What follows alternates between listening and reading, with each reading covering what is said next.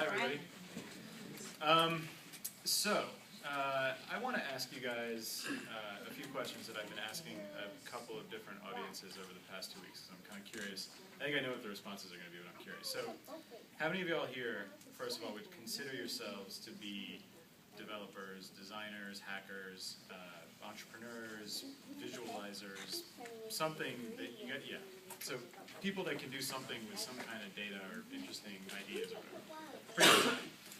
How many of you here are subject matter experts in healthcare? Would consider yourselves subject matter experts in healthcare? A few. All right. More actually than many crowds that I've talked to. Now, how many of you out here would consider yourselves to be interested in fixing the healthcare system in this country?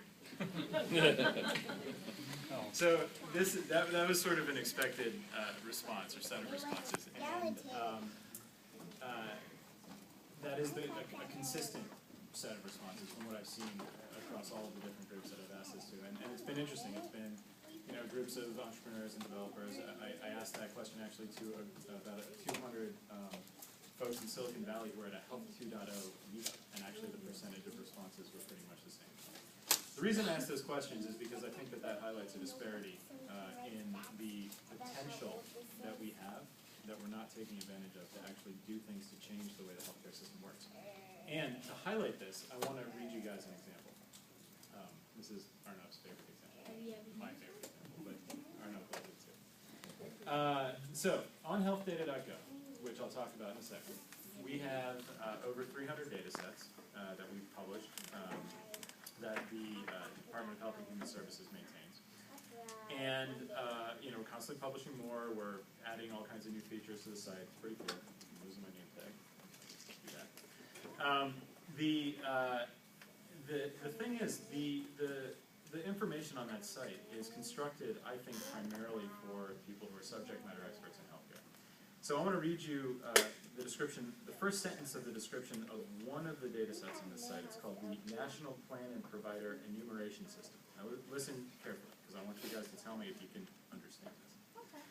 First sentence says, the National Plan and Provider Enumeration System, or NPPES downloadable file, also referred to as the NPI downloadable file, contains FOIA disclosable NPPES healthcare provider data for healthcare providers who have been assigned National Provider Identifiers, or NPIs.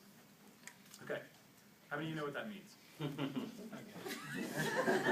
They don't work for HHS. Surprisingly correlated to the number of people who consider themselves healthcare experts. For those of you who don't know what that means, I'll translate. That is pretty much, and I'm going to be a little imprecise by saying this, but it's not that big a deal. It's pretty much a list of all of the doctors in the United States and their associated specialties and where they are and a lot of other metadata about them. Now, I think that's a pretty cool data set, right? And pretty useful, exactly. But the problem is we're not explaining the stuff in a way that makes it accessible to everybody out here who raised their hands for the first and third question, but not the second question. And that's just one example, right? I mean, there are hundreds and hundreds of these examples. So, a lot of what we're doing, and I think this event is a great example of these efforts, is we're going to start to try to talk to a much broader audience. We need to take these descriptions, these assets that we have, and put them into plain language that sort of regular people can understand. Today, for example, or tonight, and at the first event at Unwired, we actually brought folks with us from HHS who understand the data, and frankly, some of whom disagree with the idea of a lack of precision in the language, but they're people who actually can help in terms of pointing out where the assets are, how they can be used, as Jason called them, the Sacagaweas of data, right? Which is, I think, is a great term. Leading the Lewis and Clarks of us through the wilds. It's every time I say it in HHS, it gets a chuckle, and I credit you every time. So, thank you. The point is that we have all these assets, we have all these experts, and it's time for us to start bringing these people to the party so that we can actually try to do something interesting. So, our big hope, and honestly, this is a bit of an experiment for us, is that some of these assets that we have that might be a little bit obfuscated for various reasons can actually be useful to some of the projects that get developed here.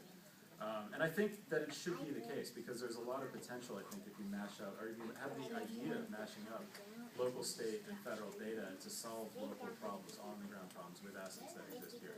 I think it's just a question of what do we have and what's out there, and how do people know what that stuff is. I guess the last thing I'll say is that I was at this thing in New York this morning where it was sort of became very, very clear to me how complex the healthcare system is in this country, and it's kind of mind-bogglingly so.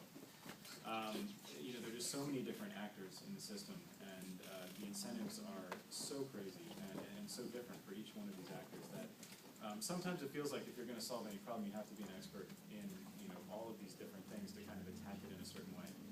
But I think that there is a huge amount of space for clever and creative and dedicated people who actually don't know much about the system to come and disrupt it, specifically because they don't know a lot about the system. There are any number of examples of startups where if you talk to the founders of those startups, they'll tell you that if they knew about the area before they started, they never would have tried it. And actually, one really good example comes to mind.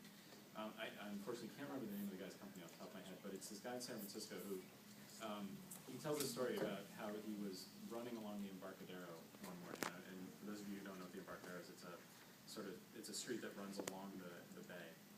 And on this street, on sort of the bay side, there are these little kiosks that sell coffee and pastries and things like that to tourists.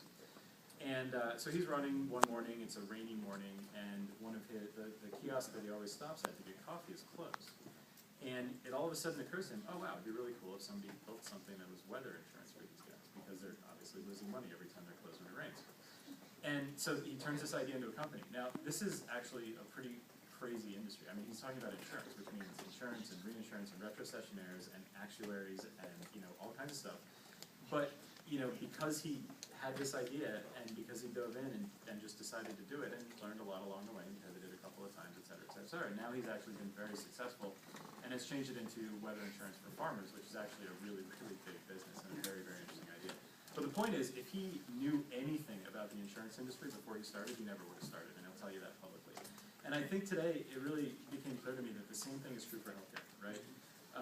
In many ways. I mean, there are lots of different things that you can do if you know about healthcare, because you can attack various, sort of imbalances in the system, if you will. But if you don't know anything about it, or if you know about it from the perspective of a consumer, a healthcare consumer, which pretty much all of us are, then I think you have a different perspective from which to attack the problem, and one that actually might potentially be more disruptive than if you didn't know, or if you did know something about it to start with.